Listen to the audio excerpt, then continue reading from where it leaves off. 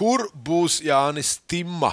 Vēvs kaut ko te pabļaustījās, ka gribētu mājās? Te viss kaut ko bļaustās, bet Timam galvenā noteicēja ir Aņečka, kura pateiks tā vecīt.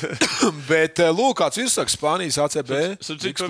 Ir zināms, kurš klubs? Nē, Saragos bija, bet ne par to, kamēr vēl nav, tikmēr jau tās baumas ir.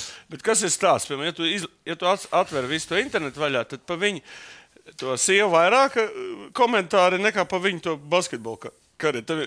Tad viņi saka, mūsu attiecības ir galīgā pakaļā, tad mēs atkal salabām, tad mums šitā, tad mums šitā.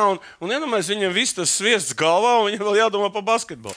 Tā kā Janka ir uzņēmies diezgan lielu slodzi kopumā. Universālais karējs. Pat bija, tā saka, es pat īsti nezinu. Viņam ir cena, Vēfs diez vai varēs samaksāt tādu naudu un braukt pa kakām spēlēt arī diez vai viņam, es domāju, tur aiziet vienreiz pie frizieru Annačkai. Jautājums būs jums, skatītāji, kur jūs ieteikt spēlēt Jānim? Lai miers mājā. Jā. Skaista spēle sākas ar pārliecību par saviem spēkiem. To var iegūt, smagi trenējoties. Bet noturēt to var tikai ticēt. Vecīt, es tev piekrītu, bet pabeigties malā.